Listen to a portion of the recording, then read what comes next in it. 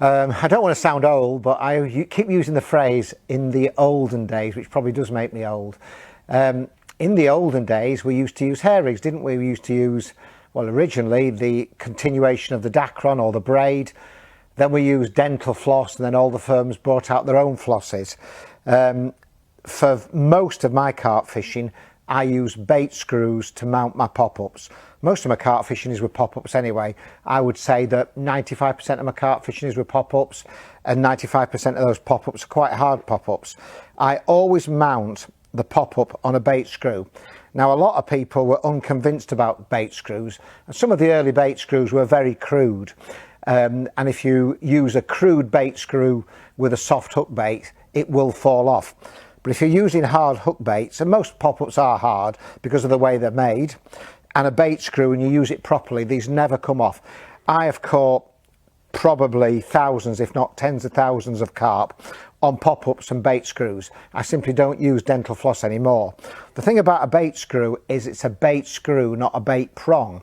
So people shouldn't just push it on, they should actually screw it on. The best ones that I've seen are the ones which actually have two components to them. They have the actual screw itself and a little oval ring. That allows movement.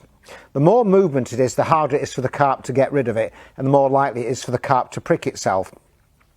Once you've mounted your bait screw on your D-ring or however you're going to use it, it is quite simple. You start by obviously just pushing it a little bit, just to get it in, and then screw it on.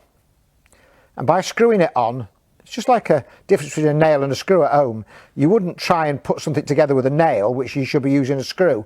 That's hold that on. That ain't coming off at all. Not in a million years. You can cast that as hard as you want. You can fish it for as hard as you want. As long as the hook bait is hard, that is not coming off, and that's what I use all the time. As you can see, the free movement allows it to turn. And anything that allows it to turn makes it more difficult for the carp to get rid of. If the carp can't get rid of it, the hook ends up in the mouth and your buzzer sounds. So bait screws are a really good thing. And being Yorkshire, you can actually use them time and time again. So although I don't use a hook twice, as soon as I've caught a carp, I snip that off, I get rid of the hook, but I save the bait screw. That's called living in Yorkshire.